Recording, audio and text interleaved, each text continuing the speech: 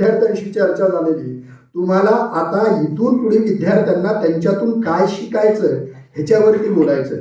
Sir, मी माझ्या विषयाकडे जात असताना शिकावं काय या गोष्टीवर सर्वात प्रामुख्यानं जास्त भर देणं मला या विषयाची गरज वाटते. विद्यार्थ्यांना शिकणं म्हणजे काय असतं तुम्ही लक्षात घ्या. तुम्ही आम्ही ज्या संस्कृतीमध्ये खऱ्या अर्थानं असतो त्या संस्कृतीमध्ये रामाचा आणि कृष्णाचा दाखला दिला जातो. त्यांना सुद्धा आश्रमामध्ये जाऊन शिक्षणाचे धडे गिरवावे लागले. म्हणजे इथं ज्या वेळेला आपल्याकडं रामराज्य ते हिंदवी स्वराज्य हा मोठा प्रवास बघत असतो त्यावेळेला भारताला मिळालेल्या स्वातंत्र्याचं सुराज्य करण्याची संकल्पनेचं सर्वात मोठी जबाबदारी ही तुमच्या खांद्यावरती उद्याच्या भारताचे भावी नागरिक म्हणून, प्रशासक म्हणून, अधिकारी म्हणून, इंजिनियर म्हणून, डॉक्टर म्हणून, प्राध्यापक म्हणून कुणीही जरी समजा तुम्ही या समाजाचा, राष्ट्राचा, धर्माचा घटक असाल त्या ठिकाणाहून तुम्हाला राष्ट्रसेवा करत असताना छत्रपती शिवाजी महाराजांच्या विचाराचा आणि कार्याचा आदर्श डोळ्यासमोर असावा. महाराजांकडून काय शिकावं तर तुम्हाला एक उदाहरण सांगतो. कदाचित तुम्ही सर्वांनी ती गोष्ट ऐकलेली असेल. एकदा काय झालं होतं, दोन मित्र फिरायला गेलेले होते. दोन मित्र फिरायला गेल्यानंतर संध्याकाळच्या वेळेला म्हणले चला गावाच्या बाहेर, नगराच्या बाहेर फिरत फिरत गेले. गप्पा मारत मारत नगर संपलं. पुढे बघता बघता प्रदेश लागला, त्याच्या पुढे थोडं वन लागलं, अरण्य लागल्यासारखं लागलं. गप्पा मारत पुढे चालले होते. तेवढ्यामध्ये गप्पाच्या ओघामध्ये दोन मित्राच्या चर्चेमध्ये त्यांनी कधी अंतर कापलं त्यांच्या लक्षात आलं नाही. बोलत असताना समोरनं एक काळ्या केसाळासारखा प्राणी यांच्याकडे झेपा टाकत येतोय. दोघंही बघितले, जाग्यावर स्तब्ध उभारले. अंगावर जिथल्या तिथं त्यांना शॉक लागल्यासारखा झाला. आता काय करायचं, कसं करायचं. तो तर प्राणी समोर येऊ लागला होता. त्याच्यातला एक चपळ होता, त्यानं धूम ठोकली आणि ज्याला पळता येत नव्हतं तो मात्र तिथंच उभारला. तो बघत जवळ आला. जवळ एवढ्या नेटात आला, हा साप खाली जमिनीवर पडला. हा पळून गेला आणि झाडावर चढून बसला. आता तिथून बघायला लागला हा की आता पुढे काय होतंय. तो प्राणी ह्याचं काय करणार आहे. तो केसाळा असलेला प्राणी त्याच्या भोवताली फिरला, त्याच्या चार पायावरती जवळच गेला. नाकानं हुंगला. हुंगल्यानंतर त्याच्या कानापाशी गेला. कानापाशी जाऊन बघितलं, चेहऱ्याकडून फिरून बघितलं, काही त्याला तिथं वाटलं नाही. काय विचार आला काय कळालं नाही त्या प्राण्याला. तो प्राणी तसाच निघून गेला. एक 2-3 मिनिटं झाली असतील. झाडावर चढलेला मित्र खाली उतरला, धावत पुन्हा तिथं गेला आणि तिथं जाऊन त्याला म्हणला उठ. गेलं ते हसवल. ते उठलं, उठून परत निघाले. तो शांत होता, हा बोलत होता आणि बोलत बोलत ह्याने एक प्रश्न विचारला. अरे मला तुला विचारायचं काय, जेव्हा तू तिथं पडला होतास त्यावेळेला ते हसवत तुझ्या भोवताली फिरलं आणि फिरल्यानंतर त्यानं तुझ्या कानापाशी काहीतरी येऊन म्हणलं, काही बोललं का ते तुला, तू काही ऐकलास का त्यानं बोललेलं. त्यावेळेला त्या मित्रानं दिलेलं उत्तर असं होतं की जे मित्र संकटाच्या काळामध्ये सोडून जातात अशाशी तुम्ही मैत्री करायची नाही, हे मला त्या हसवालानं सांगितलं. विचारणाऱ्या मित्राचा चेहरा एवढा एवढा होऊन बसला. हे आजचे मित्र होते. त्या काळामध्ये ज्या वेळेला शिवाजी महाराज अडचणीत हे कळाल्यावर त्यांचे ताराजे असतील, त्यांचे जे काही वेगवेगळे मित्र असतील, लाख मेला तर चालेल, लाखाचा पोशिंदा जगला पाहिजे म्हणून मरणासाठी समोर जाणारे मित्र होते. शिवाजी महाराजांकडून काय शिकायचं तर चांगले मित्र करणं शिकायचं. शिवाजी महाराजांकडून तुम्ही विद्यार्थी म्हणून पहिली गोष्ट कुठली शिकायची, कारण तुम्ही जीवनाच्या त्या टप्प्यावरती आहात ज्या टप्प्यावर तुमच्या जीवनाला आकार आणि उकार येण्यासाठी महत्वातल्या विद्यार्थी दशेमध्ये तुम्ही वावरत आहात. दगडामधला नको तो भाग काढल्यानंतर जे शिल्प उरतं त्या शिल्पाचं खऱ्या अर्थानं शिल्पकार त्याच्यातला नकोसा भाग काढत असतो. तसं इथं शिक्षक तुमच्यामध्ये काय नकोय आणि तुम्हाला काय हवंय हे बघत असतात. म्हणून शिवाजी महाराजांनी जर कोण जमवले असतील तर मित्र असे जमवले होते जे मित्र शब्दासरशी जीव देणार होते. म्हणजे एकीकडे रायबाचं लग्न होतं, ते लग्न सोडून सुद्धा कोंढाण्याचा सिंहगड करणारा तानाजी कोण होता, त्यांचा काय वाक्य होते ते, आधी लग्न कोंढाण्याचं नंतर रायबाचं, आणि कुणाचं जे वाक्य होतं गड आला पण.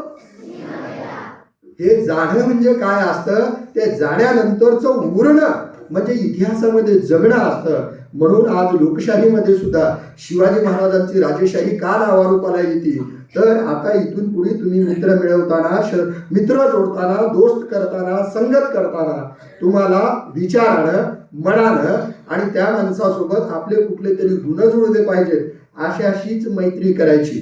पहिलं. दुसरं सर्वात महत्वाची गोष्ट म्हणजे एकीकडे आपण असं म्हणतो की आपले मित्र कोण करायचे. सर तुम्ही सांगितलं की मित्र असे असे करायचे. राजांनी मित्र जीवाभावाचे मिळवले होते, नवे वेळ प्रसंगी जीव सुद्धा देणारे, बलिदान करणारे, हुतात्मे होणारे मित्र मिळवले होते. आता मी त्याच्या पुढची पायरी सांगतो तुम्हाला. शिवाजी महाराजांकडून दुसरी गोष्ट शिकायची ती म्हणजे शत्रू कोण करावा. तुम्हाला 2 शत्रूंची नावं सांगतो, तुम्ही फक्त त्याचा आकार, उकार आणि रूप लक्षात घेऊन सांगा. पहिला शत्रू होता अफजल खान आणि दुसरा शत्रू होता औरंगजेब. कोण होते हे दोघंही? अफजल खान कोण होता? तुम्हाला एवढं तर माहिती, अफजल खान हा प्रचंड ताकदवान आदिलशाही दरबारातला मातबर सरदार होता. तुम्हाला माहिती आहे दिल्लीवरती राज्य करणारा औरंगजेब हा प्रचंड मोठा तिथला सुलतान होता. मग विचार करा, ह्या दोघांच्याही छाताडामध्ये धडकी बसवण्याची ताकद जर कुठल्या नरसिंहामध्ये असेल ती म्हणजे आपल्या शिवाजी महाराजांकडे होती. शिवाजी महाराजांनी शत्रुत्व बघताना लेच्या पेच्या, दुबळ्या, आयऱ्या गैऱ्या, नत्तू खैऱ्या सोबत केलं नव्हतं. शत्रुत्वही घेतलं होतं तर एकदम मातबरासोबत घेतलेलं होतं. त्या औरंगजेबाला इथं येऊन स्वतःची कबर इथं खांदावी लागली. पण शिवाजी महाराजांनी उभा केलेला हिंदवी स्वराज्य महाराजाच्या नंतरच्या 25-30 वर्षामध्ये कुठं सुद्धा काही झालं नाही. म्हणजे शत्रुत्वाला सुद्धा त्याची कितीही मोठी असली तरी अंगामध्ये जिद्द, क्षमता, दूरदृष्टी आणि नेतृत्व करण्याची गुणवत्ता असेल तर आपण मोठमोठ्या शत्रूला सुद्धा मात करू शकतो. अफजल खानाच्या बाबतीमध्ये अफजल खान एवढा ताकदवान होता. तुम्हाला माहिती आहे का, ताकदवान माणसाला त्याच्या ताकदीच्या बळावर स्वतःच्या मनाप्रमाणे वागता येतं. बरोबर आहे? बरोबर आहे का? ज्याच्याकडं ताकद असती, क्षमता असती, सामर्थ्य असतं, सत्ता असती, तो माणूस स्वतःच्या मनाप्रमाणे वागत असतो. पण शिवाजी महाराजांनी त्याला त्याच्या मनाप्रमाणे मैदान सुद्धा निवडू दिलं नव्हतं. म्हणजे अफजल खान भलाही वाईचा सरदार असेल परंतु अफजल खानाने कुठल्या मैदानावर लढाई करायची, कशी लढाई करायची अफजल खान ठरवत नव्हता. म्हणजे शिवाजी महाराजांकडून काय शिकायचं तर शक्तीपेक्षा युक्ती मोठी असते. ही गोष्ट आपण शिवाजी महाराजांकडून शिकायची. शिवाजी महाराजांनी अफजल खानाला प्रतापगडाच्या पायथ्याशी नुसतं आणलं नाही तर तिथं गाडलं. आता जर तुम्ही जाऊन बघितलं तर तुमच्या लक्षात येईल की शिवाजी महाराज आज जेव्हा आमच्याकडं शॉकअप असलेल्या, पिकअप असलेल्या गाड्यामध्ये जाताना आपल्याला धडकीवरती त्या जावळीच्या खोऱ्यामध्ये त्या काळात घोड्यावर कसं वावरत असतील, कसं फिरत असतील, दऱ्या पाताळामध्ये जातील इतक्या खोल आहेत, डोंगर आकाशाला भेटतील इतके उंच आहेत. म्हणजे अशा सह्याद्रीच्या डोंगर रांगामध्ये वावरणं, तिथल्या लोकांना हे राज्य त्यांचं आहे ही भावना त्यांच्या मनामध्ये निर्माण करणं. शिवाजी महाराजांनी केलेले युद्ध हे राजकीय युद्ध नव्हते. लक्षात येते का मी काय म्हणतोय ते? शिवाजी महाराजांचं युद्ध हे जनतेचं युद्ध होतं. म्हणून ते जनतेला आपलं युद्ध वाटत होते. महाराजांनी कधीही कुणाला कुठलेही प्रलोभन दिले नव्हते.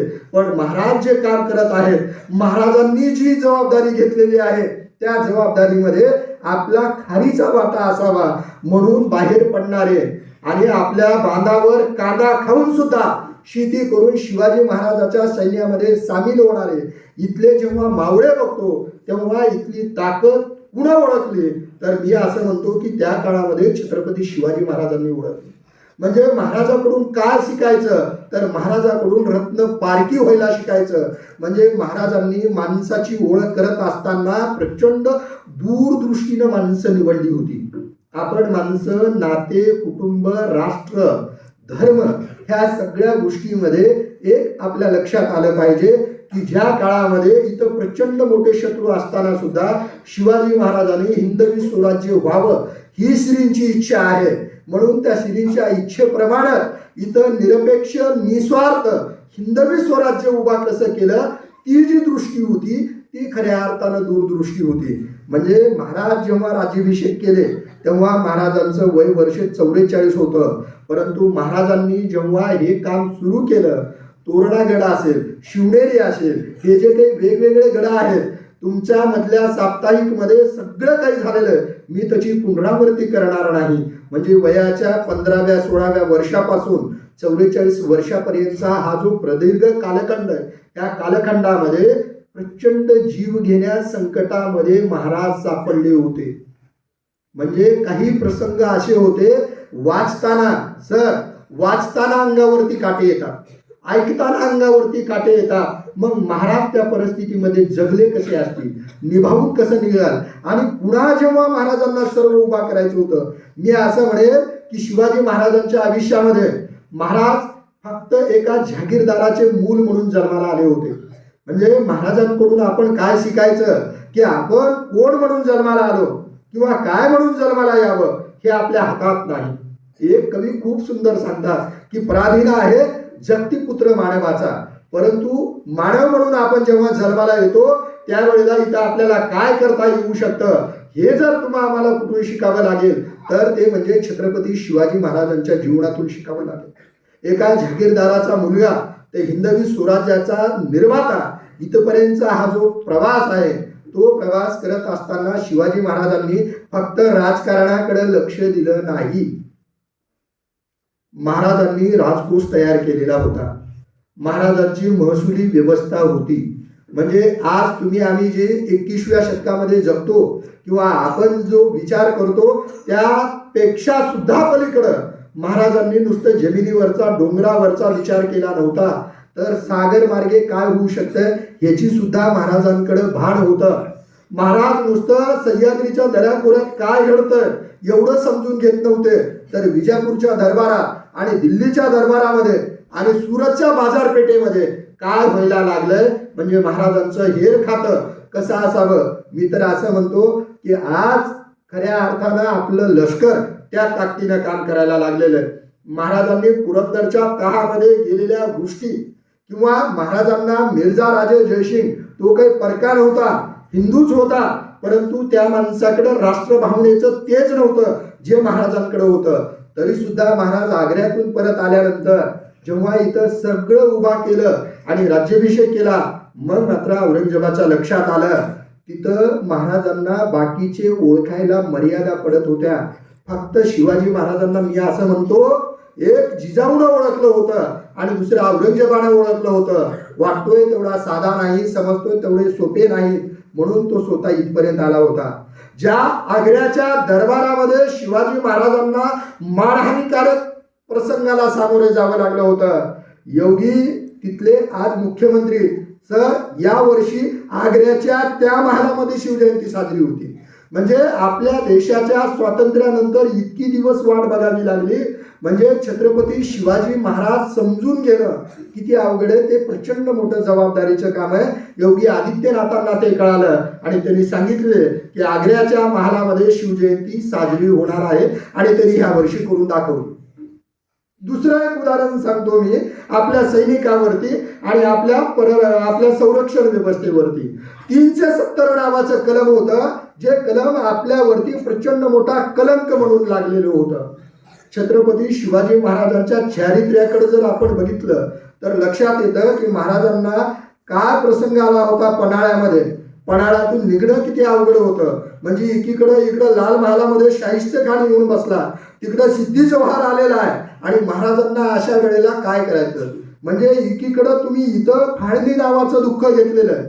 म्हणजे देश स्वातंत्र्य झाल्यानंतर काय झालं होतं, देशासोबत फाळणी घडलेली होती आणि त्याच वेळेला 370 नावाच्या कलम मध्ये घातलं होतं. ते कलम हलवणं साधी गोष्ट नव्हती, ती हलवून दाखवलं. कुठं दंगल नाही, स्फोट नाही, काही नाही.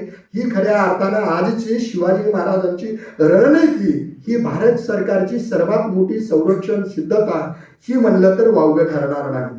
मला तुम्हाला काय सांगायचं होतं की शिवाजी महाराजांकडून आपण शिकायचं तर धाडस शिकायचं. ते धाडस काय होतं तर आपण आपल्या भूमिकेवर, आपण आपल्या ध्येयावर, आपण आपल्या मूल्यावरती ठाम राहायला शिकलं पाहिजे. नाहीतर तुला जमतंय का, तू करू शकतोस का, हे करता येतंय का. आज सुद्धा ज्या देशानं सगळ्या युरोपियन लोकांपासून अरबांपर्यंत, तुर्कांपासून अफगाणापर्यंत सगळ्याच्या पोटा पाण्याची व्यवस्था केली. पण त्या देशासोबत कृतज्ञता राहण्याऐवजी कृतज्ञ होणाऱ्या अवलादी जेव्हा आपण बघतो त्यावेळेला आपल्याला एक प्रश्न पडला पाहिजे. इथं राज्यकर्ते आले, व्यापारी आले, पण या संस्कृतीनं, ह्या मातृभूमीनं, ह्या मातीनं कधीही कुणाला उपाशी ठेवलं नाही. परंतु आता तुम्हाला एक शिकावं लागेल, ती म्हणजे शिवाजी महाराजांना जसं माहिती होतं की आपण सागराकडेही लक्ष दिलं पाहिजे, आपण सह्याद्रीच्या दऱ्याखोऱ्यातल्या जीव मुठीत घेऊन जगणाऱ्या माणसांना एक केलं पाहिजे, आपण सुरतच्या बाजारपेठेवर सुद्धा चालून गेलं पाहिजे, आपण आदिलशाहीच्या दरबारातले निर्णय घेतले पाहिजे, आपण दिल्लीच्या बादशहाला सुद्धा डोळ्यात डोळे घालून बोललो पाहिजे. ही आता आम्ही शिकणं गरजेचं आहे. मी तर असं म्हणेन की खऱ्या अर्थानं हा एवढा सुंदर विषय तुमच्या पुढे आहे. मला कालपासून सर जेव्हा येऊन भेटून गेले तेव्हापासून या विषयावर मी चिंतन करत होतो की शिवाजी महाराजांकडून आपल्याला काय शिकायचं आणि शिवाजी महाराजाच्या शिक्षणाच्या प्रक्रियेमध्ये आज तुमचा आमचा जर अभ्यासक्रम काढला सर, आपल्या अभ्यासक्रमाला ज्ञानदेव 10 मार्काला असतात, शिवाजी महाराजाचा इतिहास कुठं 43 मार्काला असतो, 4थीला किंवा 7वीला, त्याच्या पलीकडं काहीच नाही.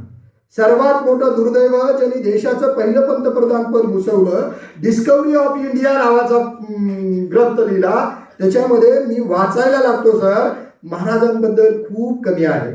म्हणजे तुम्हाला तुमच्या देशाचा स्वाभिमान, तुमच्या देशाचा इतिहास, तुमच्या देशातले महापुरुष, त्या महापुरुषांचं कार्य याचं उद्याच्या पिढीच्या समोर आदर्श उदाहरण ठेवता आलं पाहिजे. आणि ही ठेवणं शिक्षक म्हणून शिक्षकांनी त्यांची जबाबदारी पार पाडली, विद्यार्थी म्हणून तुमचं आता त्याच्यात सर्वात मोठं जबाबदारी असणार आहे की आपण शिवाजी महाराजांकडून काय शिकायचं. तुम्ही तरुण आहात, आज चित्रपटाकडे जाणारी पिढी, मोबाईल हातात घेऊन रेंगाळणारी, टाइमपास करणारी पिढी, ह्या पिढीच्या समोर काय आदर्श ठेवावा. तर मी असं म्हणतो की पाठीमागे जेवढे काही अर्धा डझन चित्रपट आले ती काढून बघा. एकाही चित्रपटाचा बॉक्स ऑफिसला किंवा TRPला हाऊसफुल झालं होतं, कारण शिवाजी महाराजाचं चारित्र्य एवढं मोठं होतं की सांगणारा सांगू शकतो, लिहिणारा लिहू शकतो, दाखवणारा दाखवू शकतो आणि बघणारा न कंटाळता बघू शकतो. म्हणजे एवढं कार्य शिवाजी महाराजांनी त्यांच्या एका आयुष्यामध्ये उभा केलेलं होतं. फक्त आपल्याला त्यांच्या जीवन कार्यातून प्रेरणा घ्यायची आहे. जेव्हा रायगडाला जाऊन येतो ना तेव्हा अंगामध्ये एवढी ऊर्जा येत असते आणि मग कळतं की हिरकणी नावाची एक आई त्या गडावरून कसं खाली जात असेल. नियम मोडला म्हणून नियमाची पायबंदी करणारे महाराज नव्हते. महाराजांना कौतुक वाटलं, म्हणजे जगामध्ये मातृप्रेम किती मोठं असू शकतं. त्यांनी त्या बुरुजाला हिरकणी बुरुज नाव देऊन टाकलं. म्हणजे एक आदर्श मुलगा, एक आदर्श पिता, एक आदर्श राजा, एक आदर्श जीवनात जेवढे काही नाते होते त्या सगळ्या नात्यावरती शिवाजी महाराज कसोटीला उतरलेले होते. शिवाजी महाराजांना आज तुम्हाला जर कन्नडमध्ये पाठवलं, तेलुगूमध्ये, तर आपल्याला मर्यादा पडायला लागतात की जिलबीसारखे दिसणारे आकडे बघितले मला कधी कधी कन्फ्यूज होतं सर. तमिळ कोणतं आहे, मल्याळम कोणतं आहे, तेलुगू कोणतं आहे, कन्नड कोणतं आहे. त्यांची लिपी द्रविडी आहे आणि जवळपास त्या लिपीतला फरक कळत नाही. आता उच्चारातला फरक कळायला लागलेला आहे. पण त्या काळामध्ये तंजावरपर्यंत आणि पेशावरपर्यंत जेवढं हिंदवी स्वराज्य विस्तारलेलं होतं ते भाषेच्या पलीकडे जाऊन विस्तारलेलं होतं आणि प्रत्येक माणसाला ते आपलं वाटणारं होतं. म्हणून शिवाजी महाराजांकडून राजकारण कसं करावं हे आपण शिकलं पाहिजे. शिवाजी महाराजांच्या अंगी संयम होता, शिवाजी महाराजांच्या अंगी धर्मश्रद्धा होती, शिवाजी महाराज कुटुंब वत्सल होते, शिवाजी महाराज समाजाप्रती प्रचंड आपण काहीतरी धर्माचं देणं लागतो म्हणून त्यांनी श्रीचं राज्य, हिंदवी स्वराज्य उभा केलं. ते उभा करत असताना शिवाजी महाराजांनी कुणाला खैरात वाटल्यासारख्या जागीरदाऱ्या, वतनदाऱ्या वाटल्या नाहीत. हे तुम्ही शिकावं लागेल. शिवाजी महाराजांनी स्वतःचं कार्य उभा केलं, त्याग उभा केला, कष्ट उभा केले, मूल्य उभा केलं, चारित्र्य उभा केलं, एक तत्वज्ञान उभा केलं. मी तर असं म्हणेल की छत्रपती शिवाजी महाराज हाडामासाचे, रक्तागोळ्याचे एक मनुष्य नव्हते 5.5 फुटाचे, तर शिवाजी महाराज एक भारतीय तत्वज्ञान आहे, एक भारतीय विचार आहे, भारतातलं एक युग आहे. ज्या युगाने दाखवून दिलं की आम्ही ज्या वेळेला आमचा इतिहास बघतो त्यावेळेला राजे राजगादीवर येत होते जन्मल्यानंतर, पण शिवाजी महाराज एकच असे राजे आहेत ज्यांनी राजगादी तयार केली आणि राजा कसा असावा लागतो ह्याचं उदाहरण घालून दिलं. म्हणजे आम्ही देवगिरीचा इतिहास बघतो, विजयनगरचा इतिहास बघतो, रामायण महाभारत बघतो, त्याच्यातला त्याग, त्याच्यातले कष्ट, त्याच्यातली एकाग्रता, ह्या सगळ्या गोष्टीचं मिश्रण शिवाजी महाराजांच्या आयुष्यामध्ये होतं. म्हणजे रामराज्यामधली जी काही भावना होती ती भावना हिंदवी स्वराज्यामध्ये उतरलेली दिसून येते. मी तर असं म्हणतो की छत्रपती शिवाजी महाराजांनी प्रशासन व्यवस्था उभा करत असताना, संरक्षण व्यवस्था उभा करत असताना, समुद्रावरचा आरमार उभा करत असताना त्या काळामध्ये कौटिल्य वाचला होता का नाही मला माहित नाही, पण चंद्रगुप्त मौर्याचं मोठं साम्राज्य उभा करणारा कौटिल्य नावाचा एक मोठा विचारवंत होऊन गेला आपल्या भूमीमध्ये. त्या कौटिल्यानं अर्थशास्त्र नावाचा ग्रंथ लिहिलेला होता. त्या ग्रंथामध्ये तिची दंडनीती, राजपद्धती किंवा लोकव्यवहार, हेर खातं, जे काही त्यांनी सांगितलं, लिहिलं किंवा त्याच्यामध्ये नमूद केलेलं होतं ते जसंला तसं बहिर्जीच्या रूपानं हेर खात्याचा प्रमुख अंमलबजावणी करत असताना दिसून येतो. मी तर असं म्हणतो की नुसतं इथल्या विद्यार्थ्यांना नाही तर भारत सरकारच्या संरक्षण विभागानं, गुप्तचर विभागानं सुद्धा शिवाजी महाराजांच्या गुप्तहेर खात्याकडून खूप काही शिकायला पाहिजे. आपल्याला एक तुम्हाला कधी लक्षात आलंय का नाही मला माहिती नाही सर, परंतु शिवाजी महाराजांबद्दल जीव देणारे, शिवाजी महाराजांना जीव लावणारे, शिवाजी महाराजांसाठी जीव ओवाळून टाकणारे जेवढे माणसं होते तेवढेच वेळ प्रसंगी शिवाजी महाराजांबद्दल भ्रमनिरास होऊन नेताजी पालकरासारखे गेलेली माणसं दिसतात, बाजी निंबाळकरासारखे माणसं दुसऱ्या धर्मात गेलेले दिसतात. परंतु महाराजांनी ते माणसं तिकडे गेले म्हणून भावकी किंवा कुठलं काही न करता त्या माणसाला परत आपल्या धर्मामध्ये घेऊन त्यांच्या कर्तृत्वाला हिंदवी स्वराज्यामध्ये कसा उपयोग करून घेता येईल एवढा दूरदृष्टीनं आणि निस्वार्थीपणानं श्रीमंत योगी म्हणून खरं कुणं काम केलं तर शिवाजी महाराजांना काम केलं. समर्थ रामदास त्यांच्याबद्दल बोलताना असं म्हणतात, शिवाजी महाराजांचे 8वे रूप, 8वा प्रताप, 8वा साक्षेप, भूमंडळी. म्हणजे शिवाजी महाराज जर तुम्हाला आठवायचे असतील तर कसे आठवायचे तर शिवाजी महाराजांचं रूप आठवून बघा, महाराज कसे होते. शिवाजी महाराजांचा प्रताप आठवून बघा, शिवाजी महाराजांनी लढाया कशा केलेल्या होत्या. महाराज प्रत्यक्ष मैदानावर जाण्याच्या अगोदर महाराज जेव्हा चिंतनात असायचे त्यावेळेला महाराजांच्या डोक्यामध्ये शत्रू कशी चाल करणार आहे हे त्यांच्या डोक्यात यायचं. म्हणजे महाराजांचं मानसशास्त्र पक्क होतं. हिंदवी स्वराज्यामध्ये नुसतं अर्थव्यवस्था पक्की नव्हती, नुसतं राज्यशास्त्र पक्क नव्हतं, तर महाराजांचं मानसशास्त्र सुद्धा पक्क होतं. महाराज त्या शत्रूच्या मनातला विचार करत होते आणि शत्रू धोका कसा देऊ शकतो, आपल्याला कसं अडचणीत आणू शकतो. कारण महाराजांनी बघितलेलं होतं त्यांच्या वडिलाला, त्यांच्या भावाला, इथल्या सर्वसामान्य गोरगरीब जनतेला, रयतेला कशा पद्धतीने लुटलं जात होतं आणि ती लूट कशी ओरबाडून घेऊन जात होते. नुसती इथली संपत्ती लुटली जात नव्हती तर इथल्या गोरगरिबाच्या किंवा राजांच्या किंवा वतनदाराच्या, जागीरदाराच्या, सगळ्याच्या महिला सुद्धा ओरबडून नेल्या जात होत्या. मग अशा वेळेला अस्मिता, स्वाभिमान आणि सन्मान जगवण्यासाठी म्हणून जी काही धोरण आखायचं होतं, एवढा मोठी व्यापकता त्या काळामध्ये महाराजांनी त्यांच्या राजनीतीमध्ये आणली होती. म्हणून आज सुद्धा शेतकऱ्याला सुद्धा शिवाजी महाराज आपले वाटतात, तरुणांना सुद्धा शिवाजी महाराज आपले वाटतात, महिलांना सुद्धा शिवाजी महाराजांचा राजा परत यावा असं वाटतं. मी असं म्हणतो सर, आजच्या काळामध्ये एवढी काही भरकटलेली अवस्था झालेली, एवढी काही दिशाहीनता झालेली आहे, त्या काळामध्ये शिवाजी महाराजांसाठी जीव देणारे लोक आज जर महाराज आले तर भारत कुठल्या कुठं निघून जाईल. म्हणजे आपल्याला एक राष्ट्र म्हणून उभा राहायचं, त्या काळामध्ये त्यांना हिंदवी स्वराज्य उभा करायचं होतं. आज आपल्याला राष्ट्र म्हणून जर उभा राहायचं असेल तर आज आपण काय शिकलं पाहिजे, आज एवढं शिकलं पाहिजे की राजा हा सुख, चैन, विलासामध्ये, राजवैभवामध्ये, ऐश्वर्यामध्ये लोळणारा नसावा.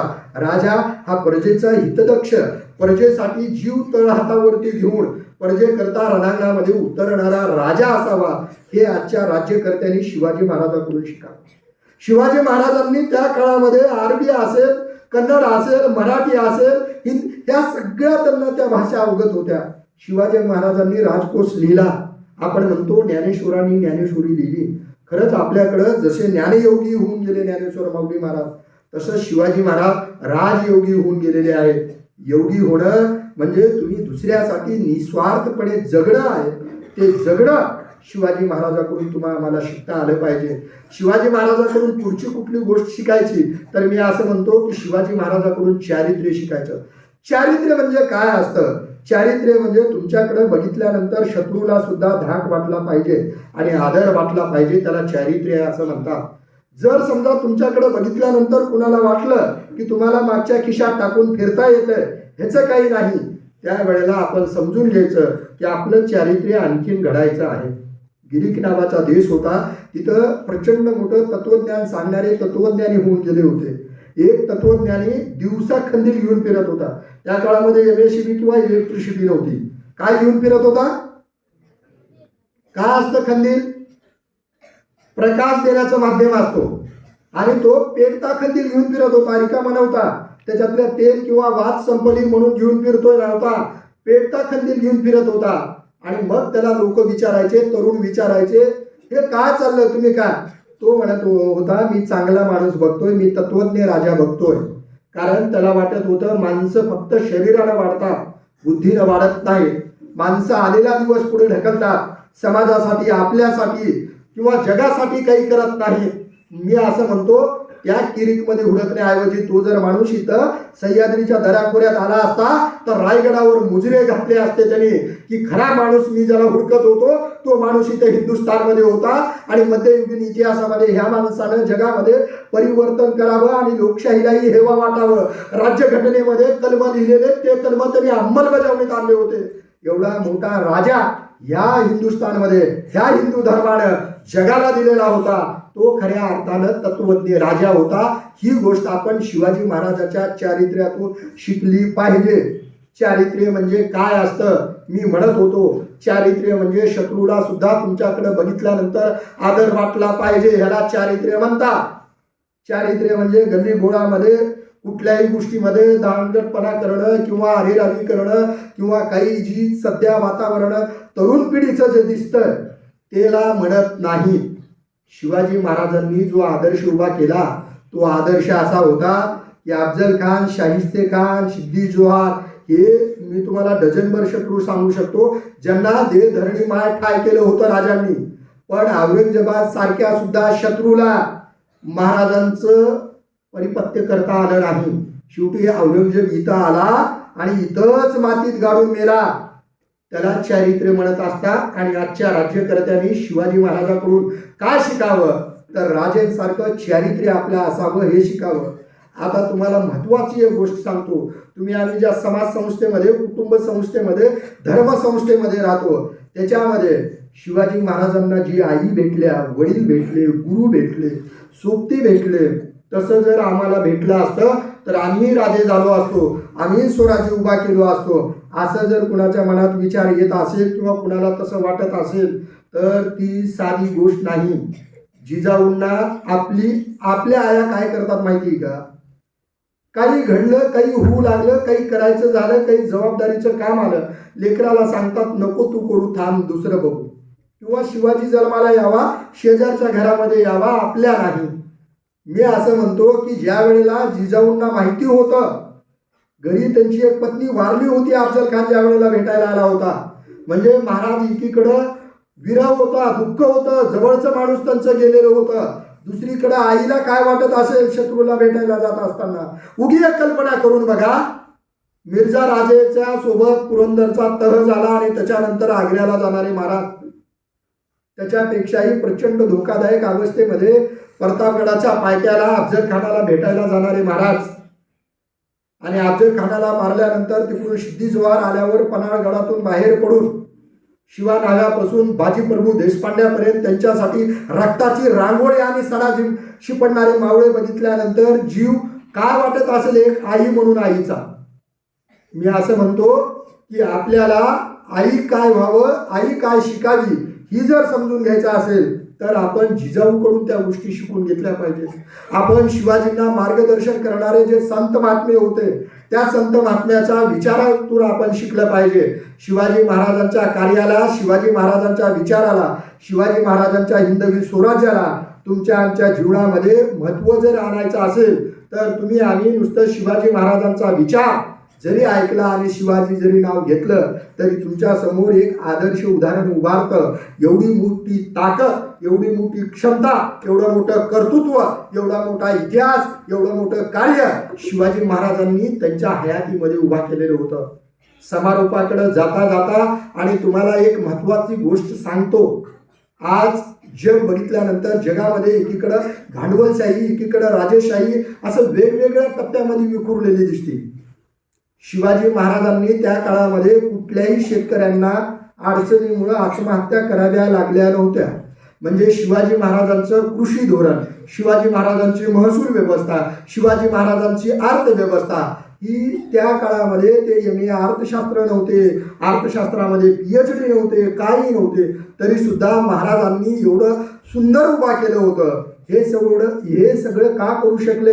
एका शब्दामध्ये सांगायचं म्हणलं मी असं सांगेल की त्यांच्या समोर स्वराज्यामधला सर्वसामान्य शेतकरी पुढे होता. त्यांनी कधीही आपल्या घरातल्या महिलांना साड्या दागिने ह्याच्यामध्ये नव्हतं ठेवलं. त्यांनी कधीही श्रीमंती स्वतःच्या नावावर करून ठेवली नव्हती. त्यांनी डोळ्याच्या समोर काय ठेवलं होतं?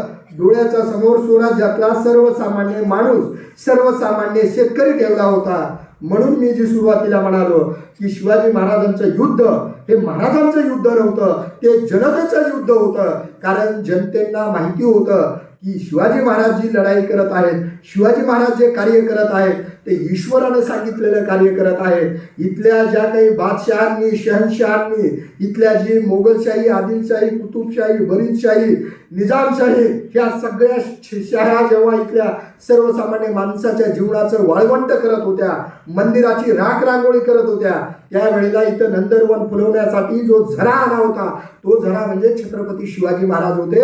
आणि त्या शिवाजी महाराजाचा विचार, त्या शिवाजी महाराजांचं कार्य आणि त्या शिवाजी महाराजांचं चारित्र्य तुमच्या जीवनात यावं, मी माझ्या जीवनामध्ये आणण्याचा मी माझ्या पद्धतीनं प्रयत्न करत आहे.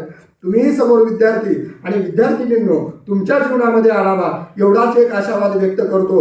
आणि व्यासपीठाची रजा घेता घेता एवढंच म्हणतो, देह मंदिर चित्त मंदिर एकते ते प्रार्थना, देह मंदिर चित्त मंदिर एकते ते प्रार्थना, सत्य सुंदर मंगलाची नित्य हो आराधना, सत्य सुंदर मंगलाची नित्य हो आराधना. धन्यवाद. जय हिंद, जय महाराष्ट्र.